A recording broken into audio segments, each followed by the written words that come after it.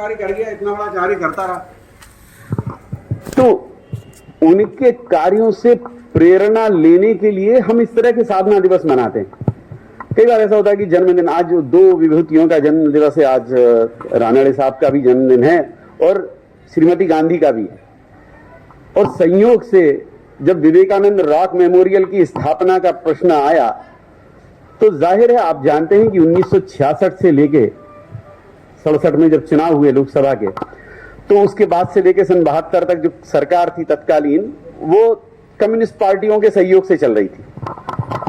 तो जाहिर है चूंकि कम्युनिस्ट पार्टियों के सहयोग से चल रही थी इसलिए, और उस समय जहां तक मेरी स्मृति जाती है, शिक्षा मंत्री और संस्कृति मंत्री थे मिस्टर हुमायूं कबीर।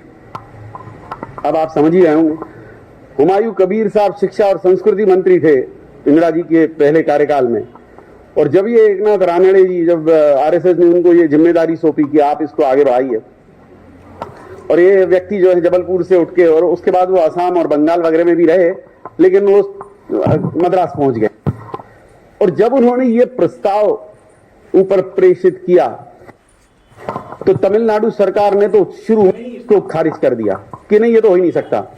तत्कालीन मुख्यमंत्री तमिलनाडु के जो थे, मुझे नाम याद नहीं आ रहा है,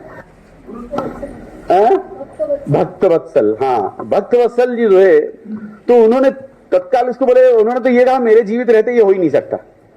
अब आप कल्पना करिएगा कि एक चीफ मिनिस्टर कह रहा मेरे जीवित रहते तमिलनाडु में ये नहीं हो सकता।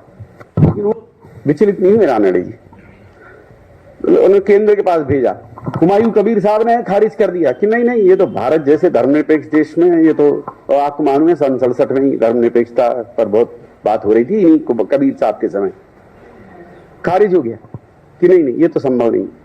लेकिन रानड़े जी अडिग थे, पीछे नहीं हटे। 300 सांसदों को, उस समय 300 सांसदों से चर्चा करके, उनसे बातचीत करके कि क्यों ये जरूरी है। केवल सरकारें बदलाव नहीं लाती, सरकारें बदलाव नहीं ला सकती। यदि हम सोच रहे हैं, उन्होंने इतनी बड़ी बात कही जो आज बहुत मुझे कहीं उनके इससे सुनने नहीं मिलती, कि उन्होंने कहा कि यदि आप ये समझते हैं कि चुनी हुई सरकारें या प्रशासन ही बदलाव ला सकता है तो इससे बड़ी मूर्खता कुछ नहीं हो सकती। इतनी बड़ी आबादी में प्रशासन या सरकार बहुत छोटे लोग हैं, बहुत कम संख्या में लोग हैं, लेकिन इस तरह के समाज में जागृति लाने वाले संगठन यदि नहीं खड़े होंगे तो समाज में ना जागृति आएगी ना प्रेरणा होगी। लोग हमेशा सरकार की तरफ या प्रशासन की तरफ देखेंगे।